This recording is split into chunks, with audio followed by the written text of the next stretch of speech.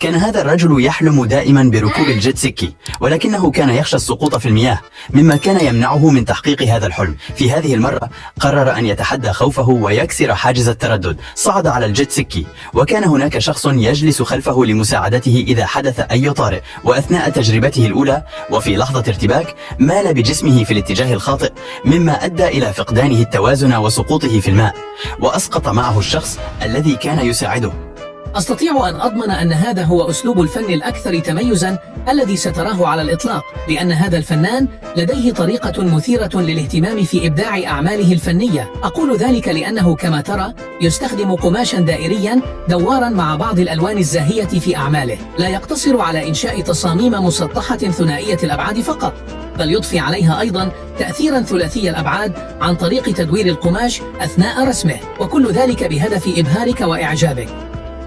كان اليوم حاسماً بالنسبة لرجل الإطفاء هذا، فقد حان وقت الاختبار النهائي.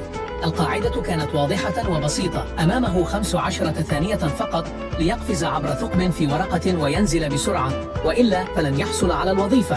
بمجرد أن بدأ المؤقت بالعد التنازلي قفز دون أي تردد. في لحظة فاجأت الجميع، فقد دخل الثقب ونزل من ارتفاع 300 متر. هذا التدريب المصمم خصيصا يهدف لتجهيز رجال الإطفاء للنزول السريع في حالات الطوارئ القصوى. ورغم شجاعته واحترافيته لم ينل من التقدير سوى إعجابين فقط. وصل هذا الرجل إلى الحديقة بسيارته، وفور وصوله بدأت الأنظار تتجه نحوه، وانهالت عدسات الكاميرات لالتقاط الصور. لم يكن السبب في ذلك شهرته أو مظهره، بل كان حجم سيارته الصغير بشكل لا يصدق. بدت السيارة ضئيلة للغاية، لدرجة أنه بالكاد يمكن وضع حذاء داخلها. ومع ذلك كانت المفاجأة الكبرى عندما اكتشف الحاضرون أن هذه السيارة رغم صغر حجمها تعد واحدة من أغلى السيارات في العالم. إذا سافرت يوما إلى اليابان ورأيت تلك التماثيل فلا تمر بجانبها دون أن تسقيها بالماء، فهي ليست مجرد منحوتات جامدة، بل أشخاص حقيقيون. نعم، ما إن يسكب أحدهم الماء على ذلك التمثال حتى يستيقظ فورا، كأنما كان في سبات لا تنخدع بحجم هذا التمثال الصغير. فهو ليس طفلا كما قد تظن، بل فنان بارع يضغط جسده داخل القالب بإتقان مذهل، كل ذلك فقط ليجل إعجابك. ذهبت تلك الفتاة إلى حفل عيد ميلاد صديقها بحماس وسعادة، وقبل أن تجلس على الكرسي لاحظت وجود كرتونة موضوعة عليه. بدافع الفضول والترتيب التقطتها بيديها ووضعتها على الطاولة دون أن تدري ما كان تحتها. في تلك اللحظة كان صديقها يبحث عن كعكة عيد الميلاد، لكن الصدمة عمت المكان عندما اكتشف الجميع أن الكعكة لم تكن في الكرتونة، بل كانت قد جلست عليها دون أن تشعر.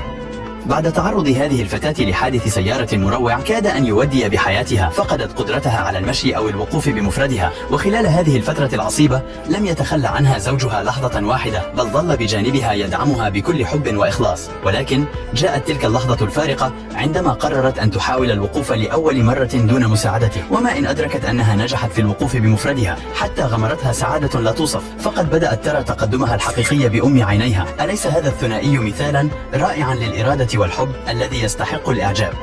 كان هذا الطفل ينام دائما ورقبته في وضع غير مستقيم، مما أثار قلق والدته من أن يتأثر شكل رأسه بمرور الوقت. حرصا على راحته وسلامته قام والده بشراء وسادة مذهلة مصممة خصيصا لدعم رأسه بشكل صحيح، ومنذ ذلك الحين أصبحت والدته تعتمد عليها دائما للحفاظ على وضعية نومه المثالية. وعندما اكتشف الناس أن هذه الوسادة محشوة ببذور الخردل أعجبوا بها كثيرا. ستذهل حقا عندما تكتشف إبداع هذا الرجل الفريد. يبدأ بتحويل البرميل المعدني إلى تحفة فنية، حيث يبطن داخله بورق الجدران بدقة، ثم يضع كأسا مطابقا للشكل ويثبته بحبال متينة. بعد ذلك يبني سلما خشبيا أنيقا ويضعه داخل البرميل، مضيفا لمسة سحرية بفانوس أحمر يضفي جوا غامضا. ولم يتوقف عند هذا الحد، بل وضع كأسا آخر فوق البرميل ليبدع بئرا لا نهائية تخطف الأنفاس. ومع كل هذا الإبداع لم يحظى بتقدير سوى شخصين فقط. راقب هذا الرجل بعناية، فهو يمسك بشيء غامض بين يديه، يصدر منه صوت غريب ومثير للفضول. يبدو وكأنه يحاول استدعاء شيء ما. تمر لحظات من الترقب، وفجأة يظهر شيء يتحرك نحوه ببطء، وعندما يقترب أكثر تتضح الرؤية. إنها سلحفاة صغيرة تتقدم نحوه بحذر. يمد الرجل يده برفق ثم يمسك بها بلطف.